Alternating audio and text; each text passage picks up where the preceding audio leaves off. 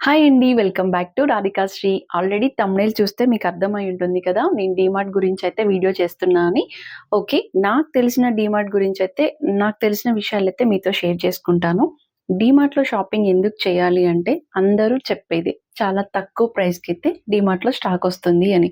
అది కొన్ని ఐటెమ్స్ మాత్రమే తక్కువ దొరుకుతాయి. అన్నీ అయితే దొరకవు. అది కొంచెం చూసుకొని మనం షాపింగ్ జేయాలి.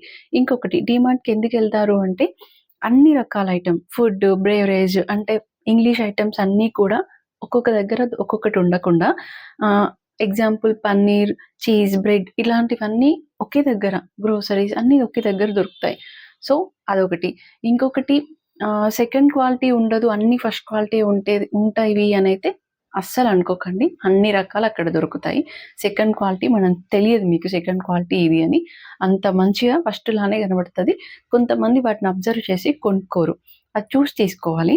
ఇంకొకటేంటంటే మనకు అవసరం ఉన్నా లేకున్నా ఒక లీస్ట్ రాసుకొని పోయి మనం కిరాణా షాప్‌లో తీసుకొచ్చుకుంటే ఎంత బిల్ అవుతుందో డీమార్ట్‌కెళ్ళి లీస్ట్ ప్రకారమే ఎంతమంది స్టాక్ తీసుకొస్తారు? 98% తీసుకురారు. మనం తీసుకురావాలి అనుకున్న దానికంటే కొనుక్కొచ్చేది ఎక్కువ. ఆటోమేటిక్‌గా మన క్రెడిట్ కార్డ్స్, డెబిట్ కార్డ్స్ అని జెప్పేసి ఒక ఏమంటారు పద్ధతి లేకుండా ఖర్చు పెట్టేస్తాం. అది చూసుకొని ఖర్చు పెట్టండి.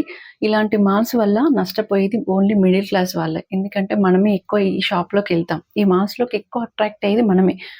ఇంకా కానీ ఒక ఏదైనా లాభం ఎంతుంటదో నష్టం గూడా అంతే ఉంటుంది కదా! దీనివల్ల బాగా నష్టపోయేది ఏంటిదంటే చిన్న చిన్న కిరాణా షాపులు.